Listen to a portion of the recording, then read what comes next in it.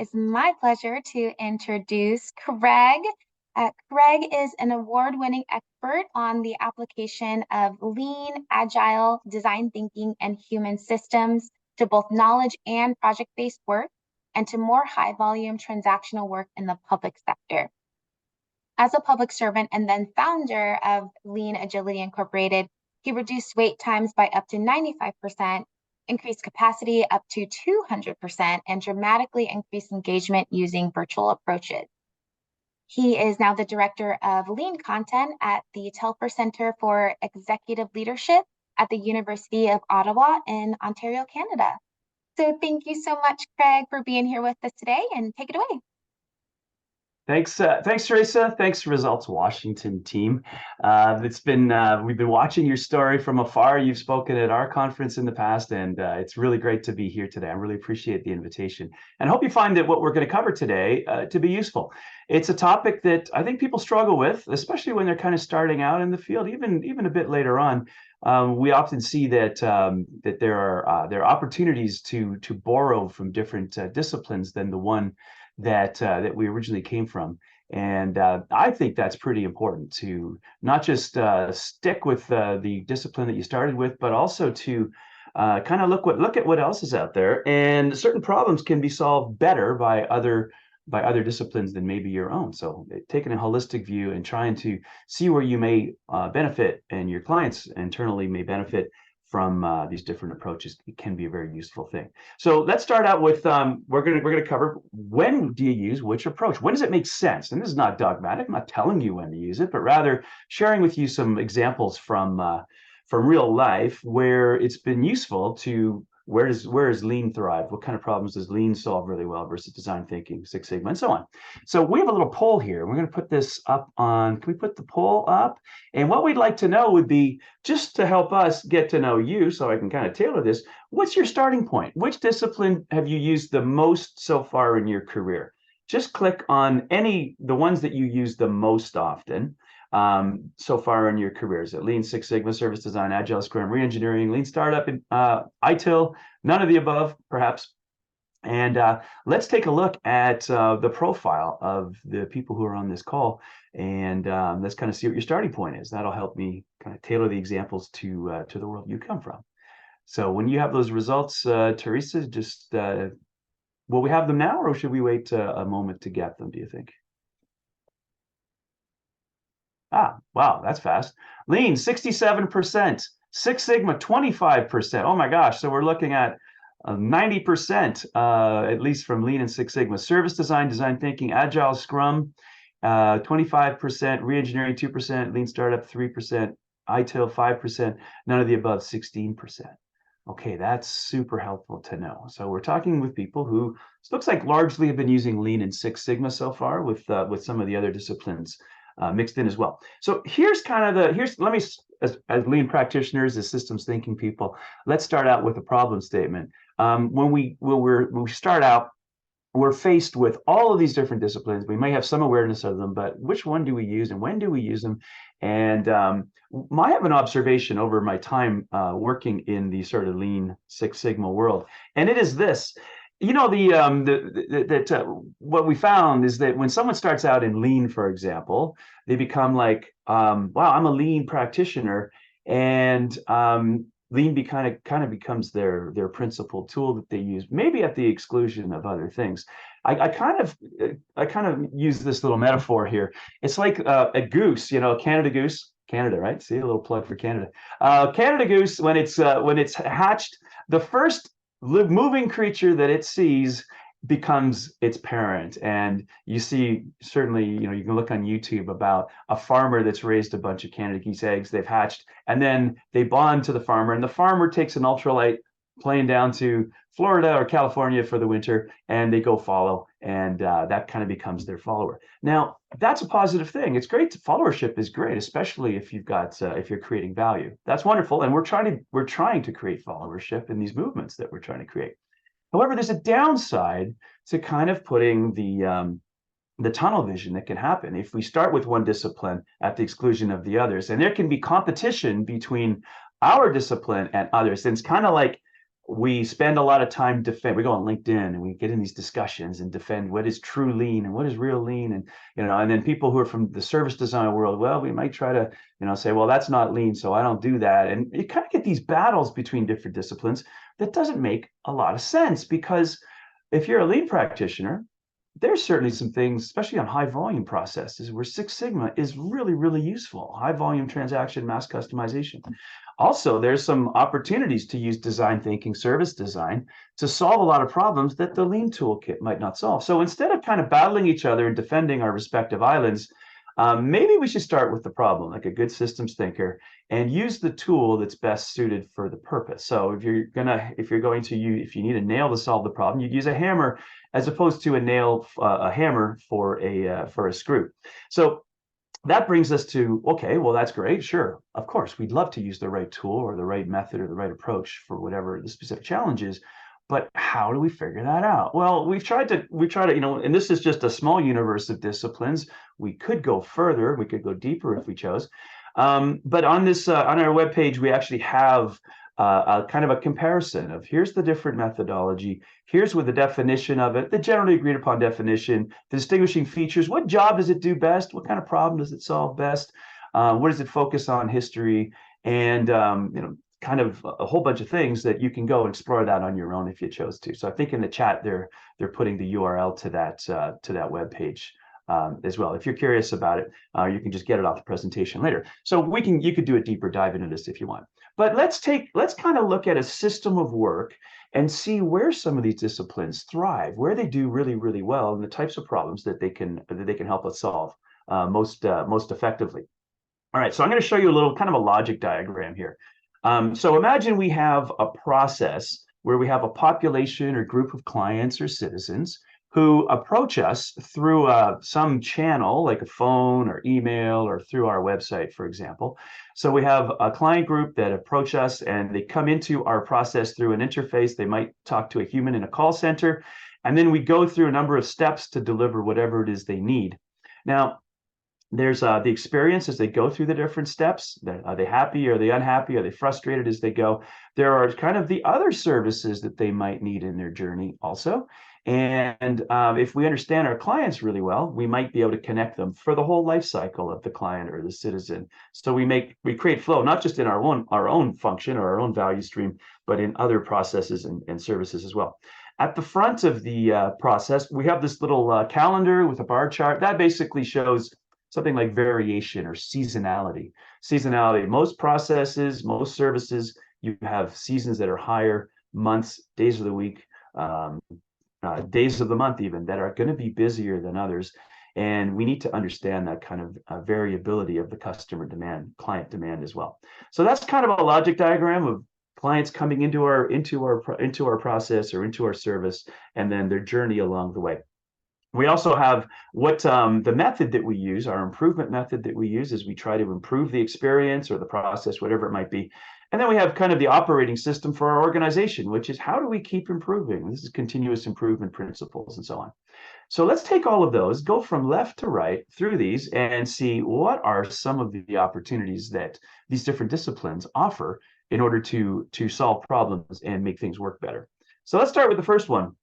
We have a base of clients. We have clients citizen clients who use our services. Let's try to understand what they need in the service. And so if we understand what their needs are, if we really understand what their needs are, we might be able to find lighter, easier, cheaper, faster ways of getting the outcomes that they need. And not over deliver. So there's actually a nice self-serving reason to really understand your clients, which is that maybe you're over delivering and you could figure out why and dial back your services and be able to help more people along the way. So to really understand who our clients are and what their needs are, Lean and Six Sigma, I would add, they have this exercise called the voice of client. You're asking them a number of questions. What's working well? What's not working well? What would perfect look like? Can you describe to us what the gaps are? What should your role be in improving this service or process? Things like that. As well, design thinking is really, really focused, service design thinking, really, really focused on understanding who are these clients, what are their needs, and particularly what are the problems or challenges they have in engaging with us or with the experience through the process. So I'll give you an example where a combination of lean and service design have been able to help solve a major problem in a process. So we worked once with the immigration function, the refugee function in Canada. So Canada welcomes a lot of refugees. A lot of refugees come to Canada to get a hearing to get refugee protection. They're to get that hearing, they have to go to a hearing, and they submit a claim. And to do the review of the case in the hearing room, they have to look at a research report. And a research report would say, okay, in this country where refugees come from a lot, here's the conditions that might lead to someone being a refugee. So the situation that they face, their claim matches up with the facts, and they can say, that's probably a legitimate refugee. We will admit them to the country. So great, that's great. Canada happens to have a really good research function, researching refugee conditions around the world. World class. In fact, we know it's world class because other countries would just link to the research reports that the Canadian refugee system would use. Now, the problem with this is that a very highly trained workforce, world class, would create these world class reports, but they were overloaded. They were swamped. They couldn't keep up. So what did we do? We took one of these reports that they would be used in a hearing room by a refugee judge, and we had a group of refugee judges using a combination of lean and design thinking, and we had them go section by section through it. Tell us what you use this first section for. What don't you understand? Is there anything we're delivering that you don't need? Is there anything that we're not giving you that you should have in this section? And by going through that, we were able to ascertain in just 2 hours with a focus group of these refugee judges, we're able to understand that about 50% of the report that was created, these judges never used. So this group was like, oh my gosh, wow, we're over delivering 50%. So the next day, what did they do? They stopped producing those sections that were never used. And as well, when they looked at the trends, and this Six Sigma is good for this as well, they looked at the trends of the ad hoc reports, and they realized they're getting frequent requests, ad hoc requests that really aren't ad hoc requests. These are things that are asked so frequently, they should be part of the standardized report. So they got rid of half of their volume of work. And with that saving, they were able to add more of these, what they thought were ad hoc, but should become standard. So they got rid of their backlog almost overnight. Now, we could just try to use lean and improve the process and improve the flow of the process, but we would just be doing the wrong things faster or over delivering faster, right? So that's an example of where really getting in touch and understanding the job to be done of the client is really, really useful. So that's a great place for a combination of service design and lean to fit together. Now, let's continue. Beyond understanding our clients, what about this seasonality, this variation that we experience in our processes? So every process has certain days, certain months when they're going to be busier, right? You see in a Department of Motor Vehicle Licensing office, you'll see that Mondays, the last day of the month, the last few days of the month are really busier than others because people are trying to get their permits before they expire, perhaps. So you'll see that there's really seasonality. Well, if we understand this seasonality, this item number 2 here, we can prevent that overload that often happens. So if you think about how we fall behind as a system of work, in a backlog, there's kind of a predictable chain of events that seems to happen. We have something changes that leads to the humans finding that there's more work on them than they can handle. We call that unreasonableness. And that is made worse by waste. Let's take a quick look at this little logic model and understand how backlogs happen and how we can use lean and even Six Sigma to address some of these things. So by looking at variation, what are our peak months when we get really slammed with applications maybe in our program, and that causes our staff to become overwhelmed and our leaders to become overwhelmed. So let's look at some variation that happens. As soon as we have a pile of work though, that's caused by high season arriving and we're not ready for it, look what happens to our productivity down here. Our productivity starts dropping. It drops like a rock, and we lose a lot of capacity. So the fact that something changed causes the work to be unreasonable on the humans, and that is a real problem because as soon as we get swamped and overwhelmed, our productivity drops dramatically. So seasonality, volume of work might change. Something else that might change is number of resources available. We're a team of 5 people. 2 people win the Powerball lottery and they disappear. We find out on Instagram that they're in the Cayman Islands on a yacht, and they never even told us that they won the lottery. Well, we're really happy for them, But for the 3 remaining people, wow, we're swamped. So 5 people being reduced to 3, that's 40% reduction. Isn't that the same thing as having a full crew and getting 40% more demand? We're going to fall behind regardless. So we need to understand this variation and figure out why our workforce is changing, or else we're going to continue falling behind. Our skill profile might change that causes us to fall behind. Skill profile, we replace our 2 experienced people with 2 new people off the street, and they're brand new. It takes them longer to finish a case file. And so that will cause the work to pile up. We'll get a pile of work. As well, the complexity of work might be something that varies. So we're used to getting 80% simple cases and 20% complex cases. Something changes in the environment where we're getting 80% complex cases and 20% simple. Well, it's going to take us more effort to close one of those cases. So we're going to fall behind. The pile will grow and people will fall behind. And then effectiveness of tools, we implement a brand new tool and it doesn't work.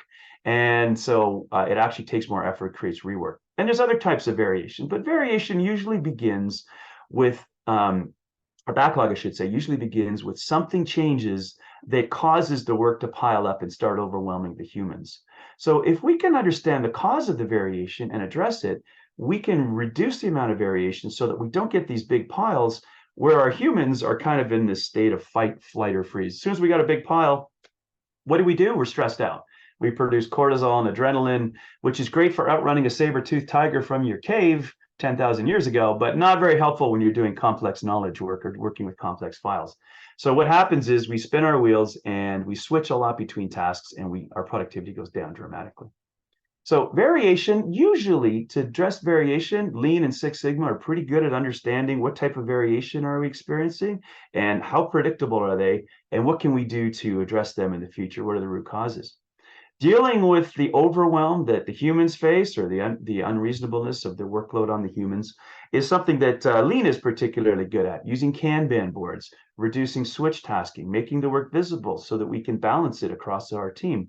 Strategies like borrowing people from other units that don't have their high season at the same time. These are all things that we can do to make the work more humane on people. So variation, usually you have to get executives involved in addressing that.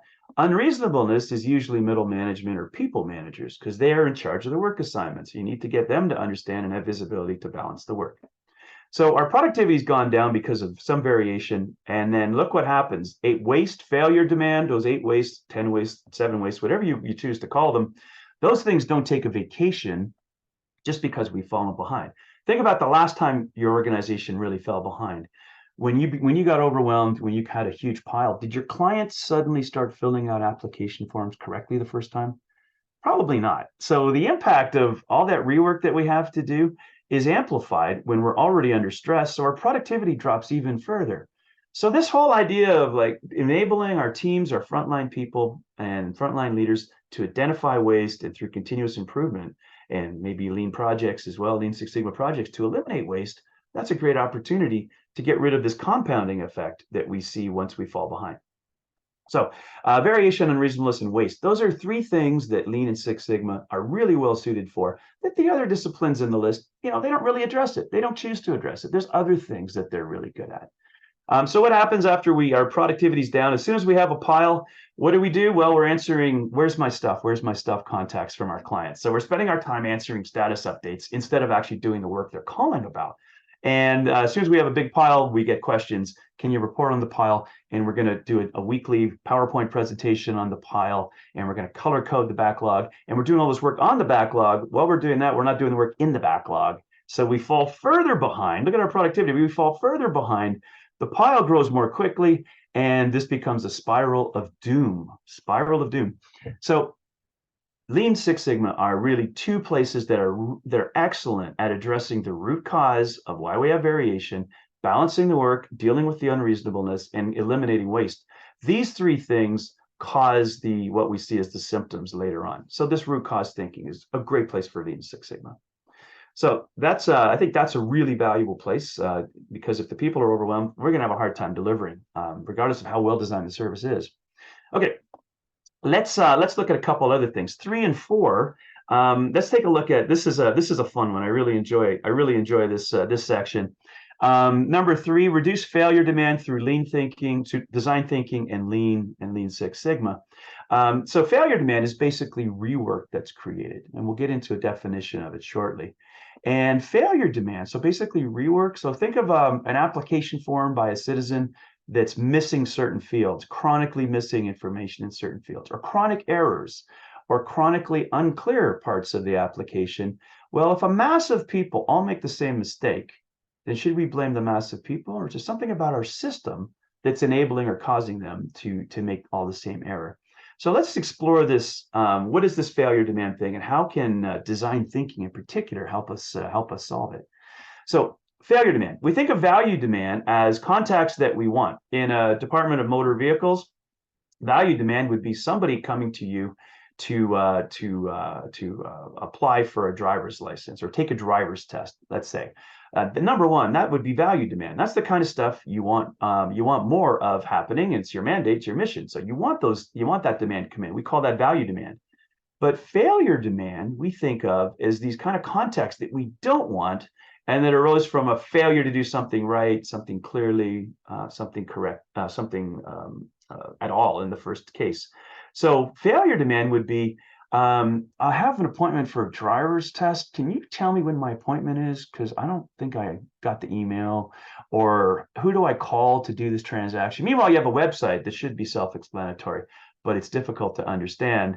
How do I do this? So we expect clients to do to self-serve, but if it's unclear how to self-serve, they're going to run into trouble and they're going to reach out to a human.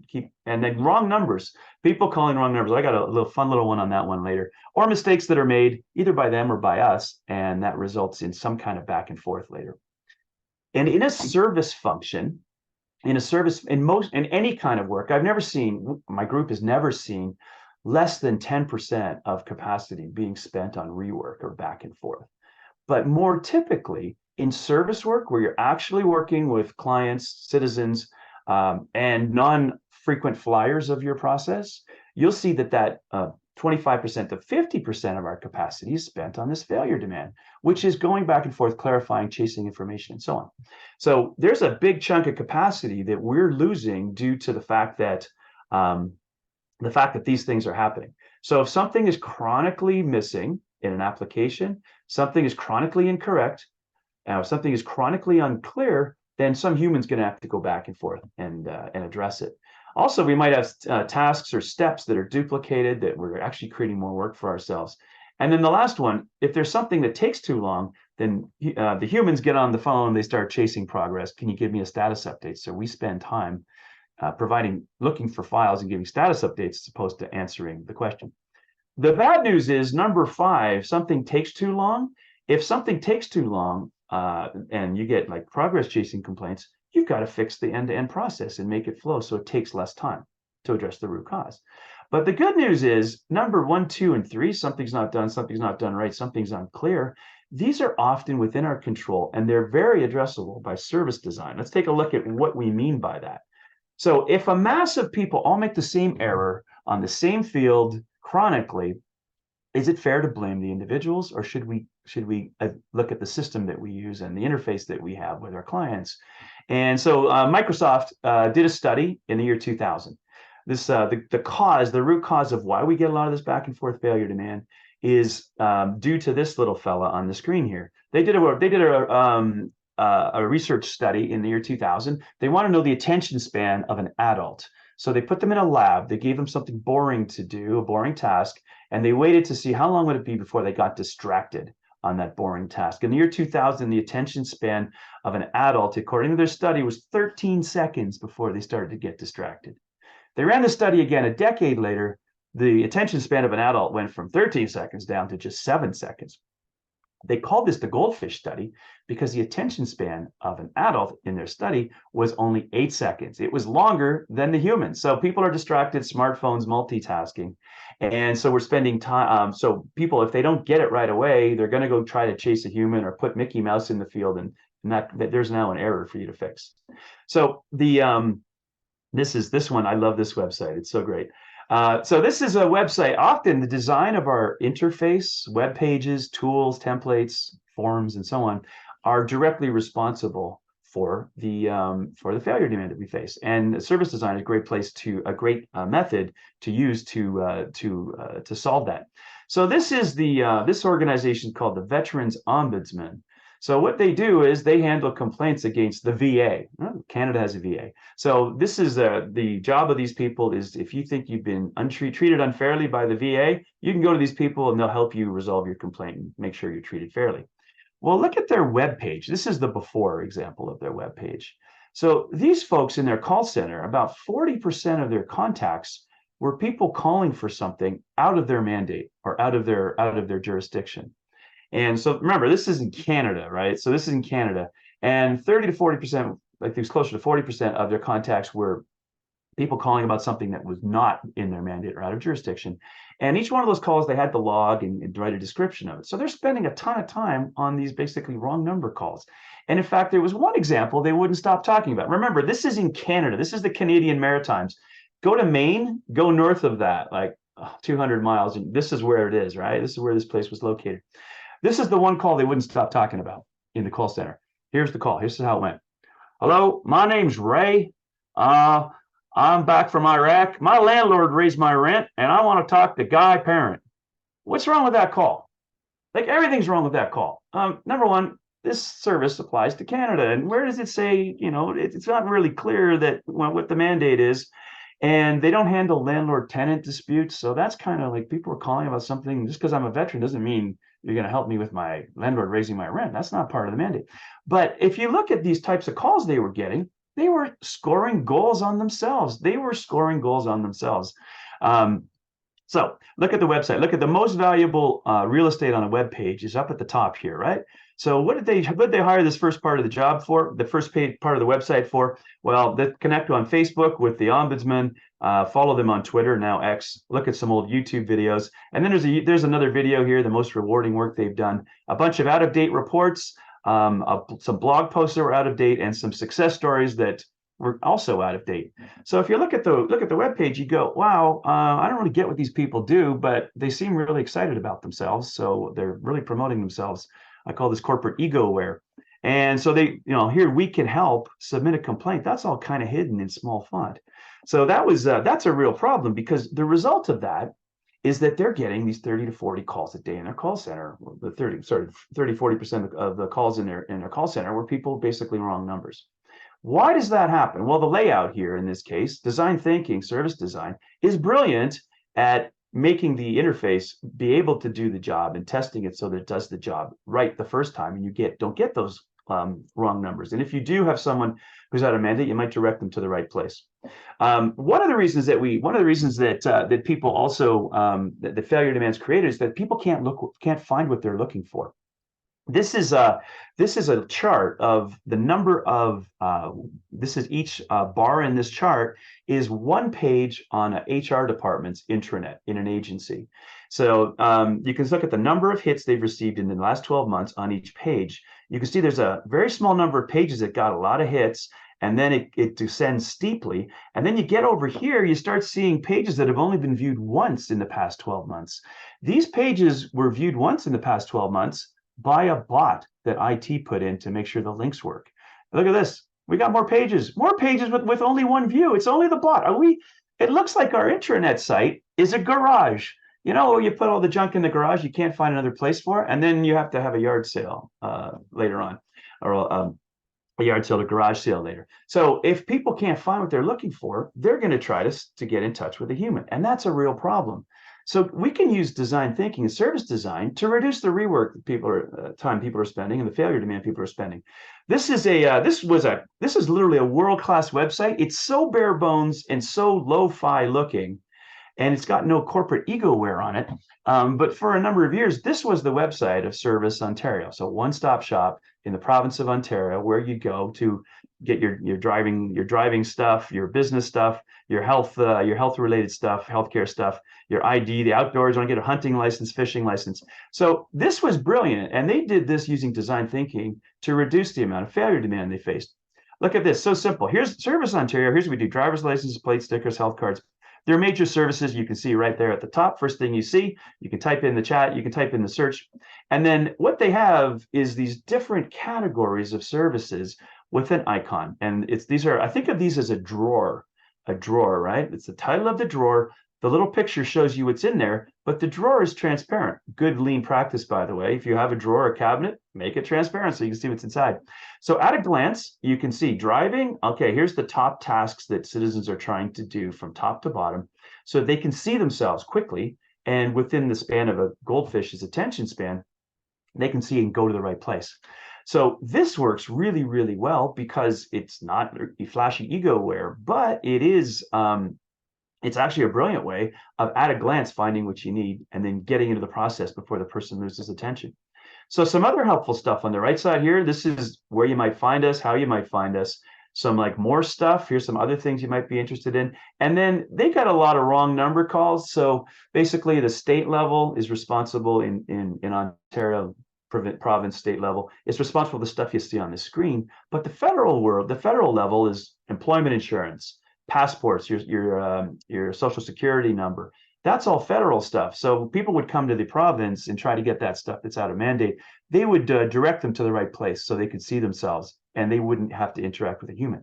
So it's about getting people. Service design is often really useful at getting people into the process clean and correct the first time. And don't forget, there's error proofing on our forms and web pages as well that we can do. So that here's the test of a good interface using any of these disciplines, but particularly service design. A distracted first-time user can get it right on their first attempt 19 times out of 20. For us, that's the measure using service design of a great, a well-designed service. All right, let's move on. So once they're into our process, streamline, accelerate internal processes, and free up our internal capacity using lean. If you look at research around customer and citizen satisfaction, if you're able to deliver the service correctly, number one, correct. Number two, close number two is quickly, then they put up with a lot of other stuff. If you can get them a response quickly, then some of the friction they might experience is not as bad. So you can create the best interface, but once you're in the system, if it takes you a year to get your answer, that's not going to work so well. So basically, so a pure example of lean thinking, many of you are probably familiar with this. Some jurisdictions, you look at healthcare, you can see great examples of lean. You can also see terrible examples of not lean. But you think about someone, a patient observes a lump and they go to their family doctor. Okay, the diagnosis process. They go to their family doctor. The family doctor refers them to an ultrasound at a clinic, and then they get referred to another clinic to get a sample taken. That sample goes to a lab, and the results go back to the family doctor. Thank goodness it's a negative diagnosis. The person doesn't have cancer. Okay, great. That's wonderful. Except looks simple, but if we do this thing we call resource efficiency, where we have well-meaning people, family doctor trying to see as many patients in a day as possible, ultrasound trying to do as many scans in a day as possible. Each island is trying to be as efficient as possible. And all they focus on is making their own island efficient. What you end up with is these little efficient islands with a lot of waiting between them. So then what you end up with is like 2 hours of activity spread over 42 days. I don't know about you, but I've had people in my life that have been in this situation. And for them to have to wait 42 days to get a diagnosis when they're in this terrible limbo, that's a terrible, inhumane thing to do to them. But the crazy thing is that each of these, the people on each of these islands, they mean well. They're really doing their best. They're really trying to do the best thing for the patient.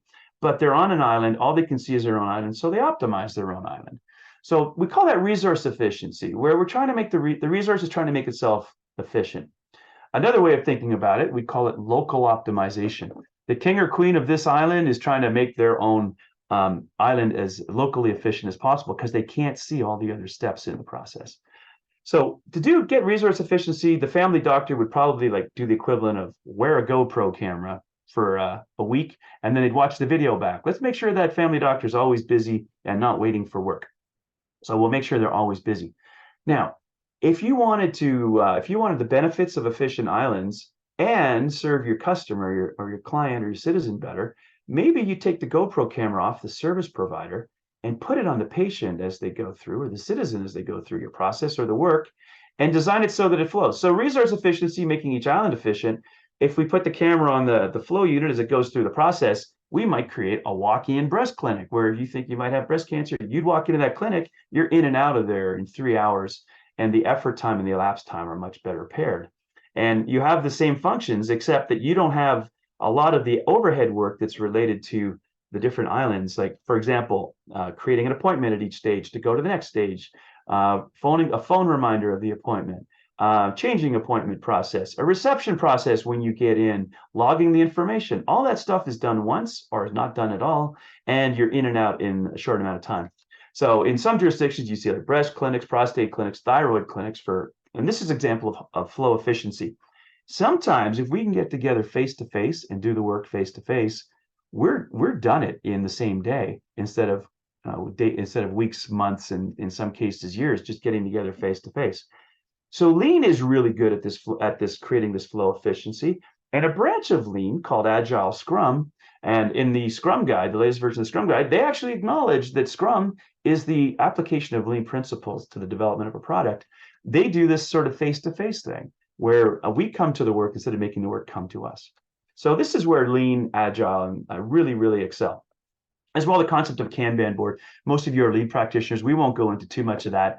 But by optimizing our work in progress and creating a visual, we're not switch tasking as much between tasks. We're getting more focused work done. We're getting more done. You can see I had a monster week this particular week, and I was really proud of that. And my to-do was much, so I wouldn't have to work in the evenings and on the weekends to keep up. So this kind of thing, as a way of promoting flow inside, Lean Six Sigma, and even Agile Scrum are really, really useful at that. Now, next, let's take a look at the client's journey as we go through the process. Just because we've streamlined the process doesn't mean that it's a flowier exercise for the client. So when you do a value stream map, most of you are lean practitioners. When you do a value stream map, why wouldn't we do a client experience map underneath that? So we could see, okay, this is what happens internally in the value stream map. And here's what the client experiences, the high points, the low points, and the friction they experience chronologically as they go through. So we can see what happens to them before they come to us and what happens after they leave us, and make a much flowier, I guess that's a real American English word, flowier for them. And the more it flows for them, the more they're going to leave us alone because they're happy, things are working well. So actually identifying the points of friction, the touch points of friction versus the touch points of flow. Great place through client experience service design. Now, let's take a look. Now, that's kind of the system of work from the client finding us to applying for the service, going through the system, and getting what they need. The other thing we might do in service design is identify what are the next things that they might need to do. So, for example, someone that gets a driver's license for the first time, what might be the next government service they'd go to? Well, maybe it would be buying a car. What do I need to know about buying a car in the state or in the jurisdiction? What do I need to know about paying tax on the car? So you can route them to those places and look at the larger journey of the client, not just, or the citizen, not just what they're doing once they've engaged with you, but look at the whole life cycle. All right.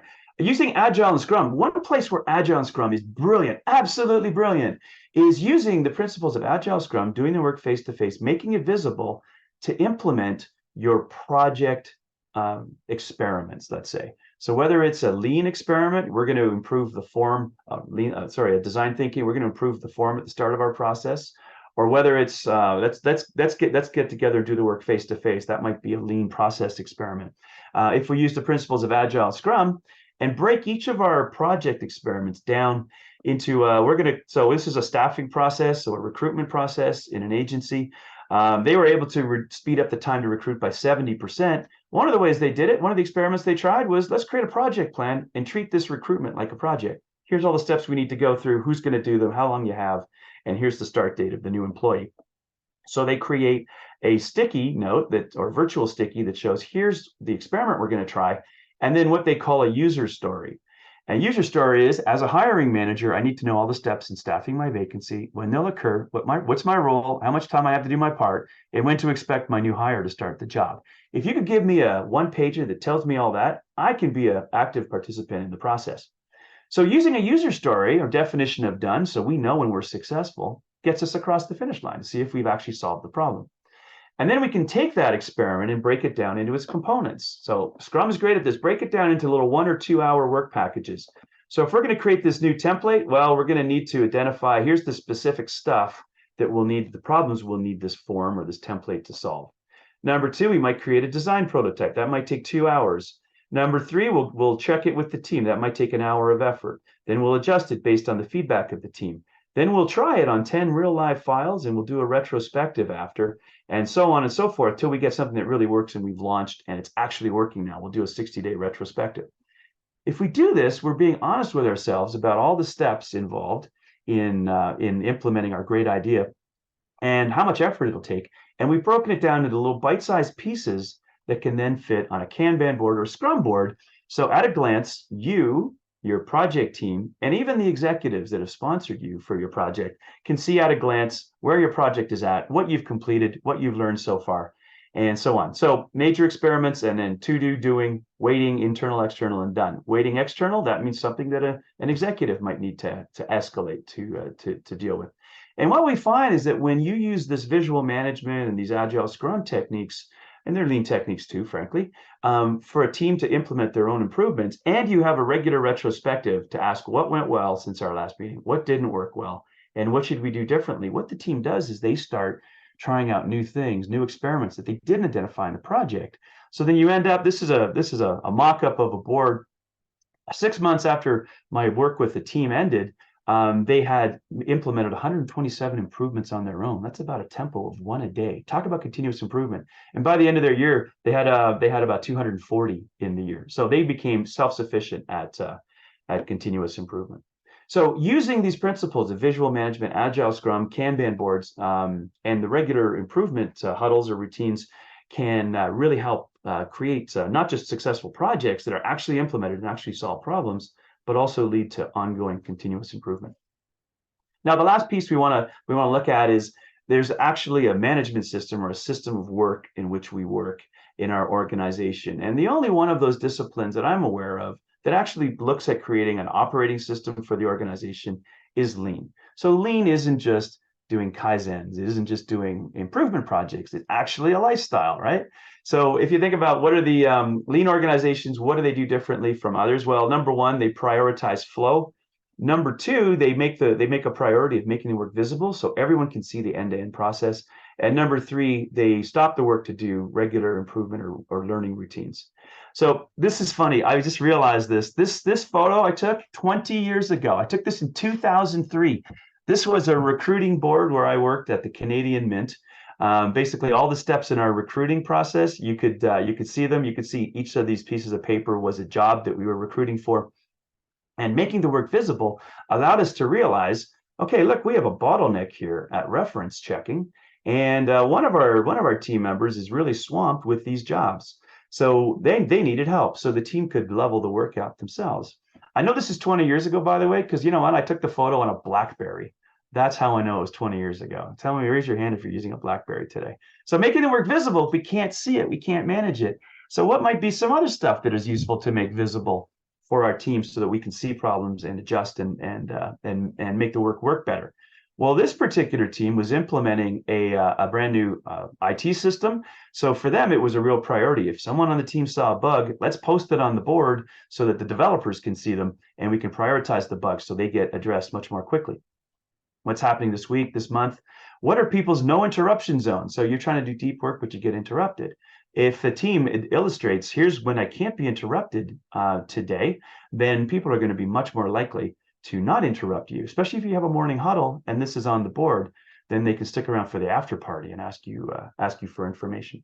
How's our morale today? If our job is helping others, if we're not okay, then that's a problem. So people mark their morale anonymously before the meeting. And then if we have a lot of people down here, we can address it as a team. How many wrong numbers did we get? By the way, Six Sigma, a control chart. Which of these files are special causes that we could learn something from? Which are taking too long? And then other measures that you might want to make visible so you can manage the work. But all that stuff is just nice lean wallpaper, lean Agile Scrum Six Sigma wallpaper, unless you have a huddle meeting or some kind of a huddle to actually get together and decide what you're going to do about what you see in the visual management. So this discipline of having, depending on the tempo of the work, if it's really fast moving work, you might have a daily huddle. If it's slower moving work, like policy development, maybe once a week huddle.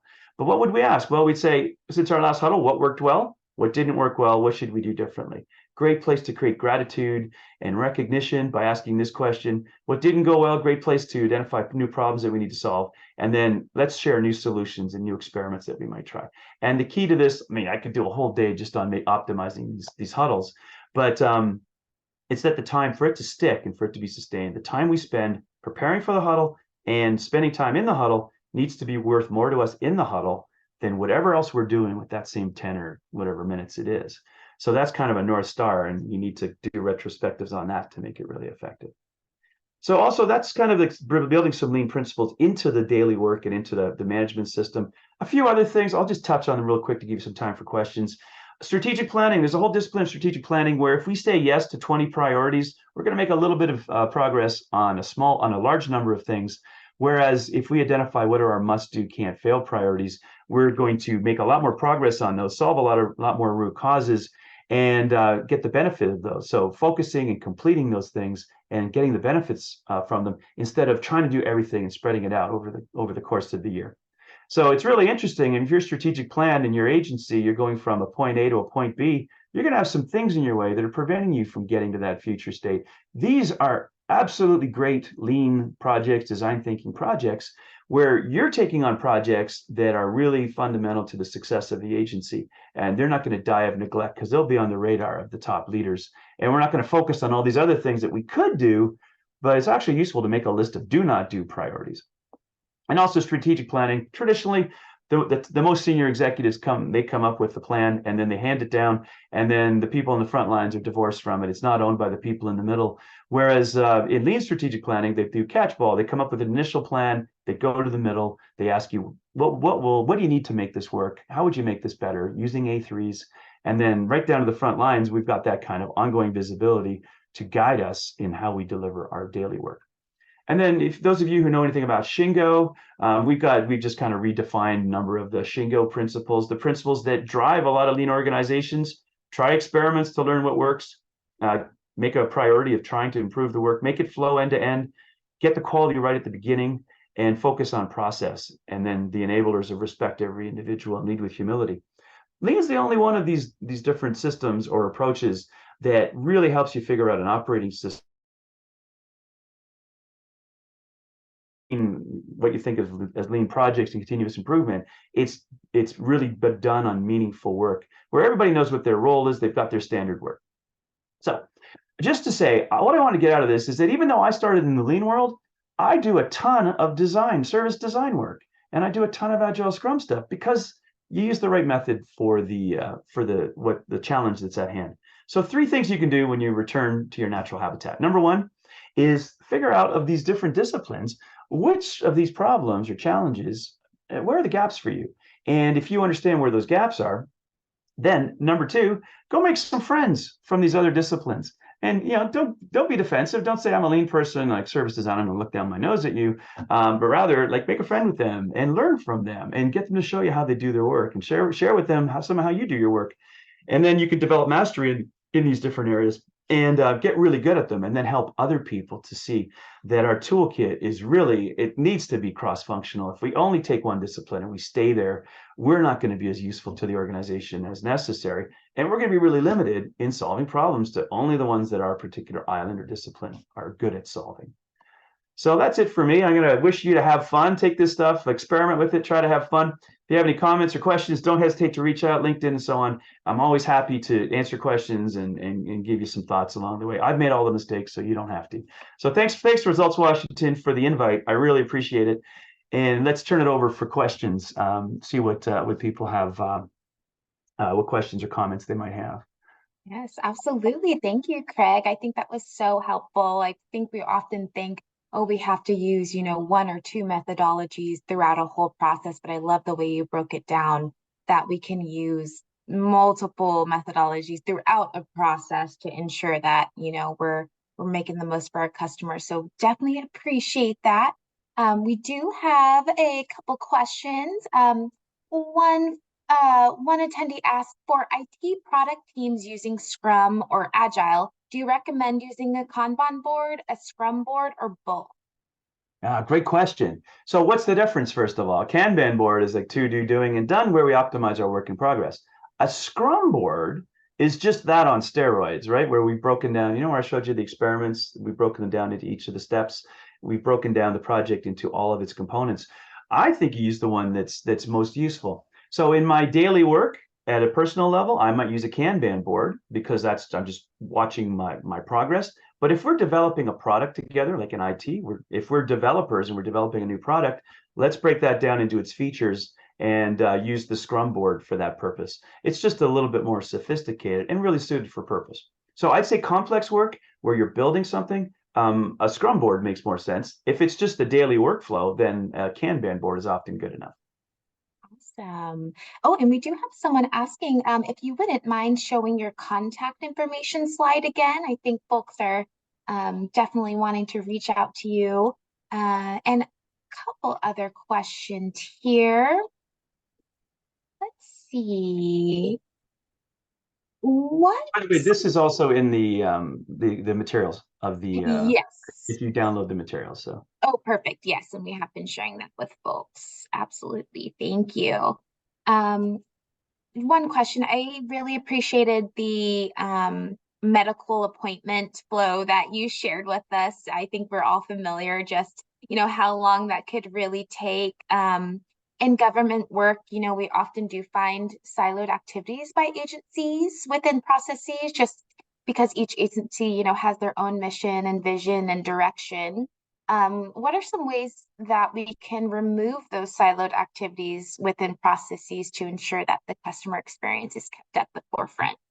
that's a great question. So if you can get those other silos to participate with you in a mapping exercise, a value stream map and an experience map underneath that, then you're going to see that the lights go on and we can see, you know what, I'm doing this thing that actually makes it worse for the client or patient or citizen further downstream. And those people that are upstream of us can see, hey, you know what, I'm actually causing a lot of trouble for this other person's, you can see where the challenges are coming from. And turning the lights on demands, like mapping this out, demands some psychological safety and trust. But the act of doing it also develops psychological safety and trust if you're a skilled facilitator, because you'll be building those in parallel. But once the lights are on, we can see what's working and what's not.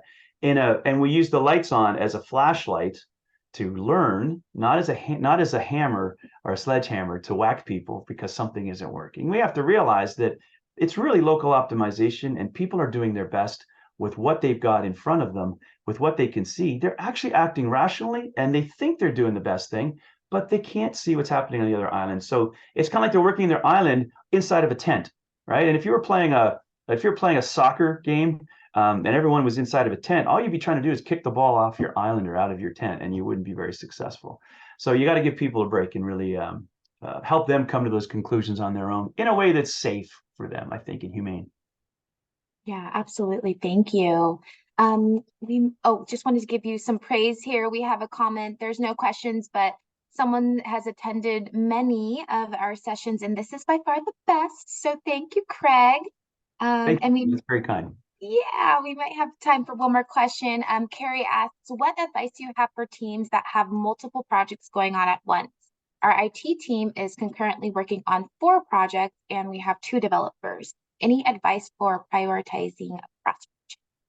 Hey, Carrie, are you a lean practitioner? Because if you are, there's a great opportunity. There's something to be learned from if you streamline the target process, or you're going to automate a process or digitize a process. If you streamline it first and you get to the point of what are the root causes in this process?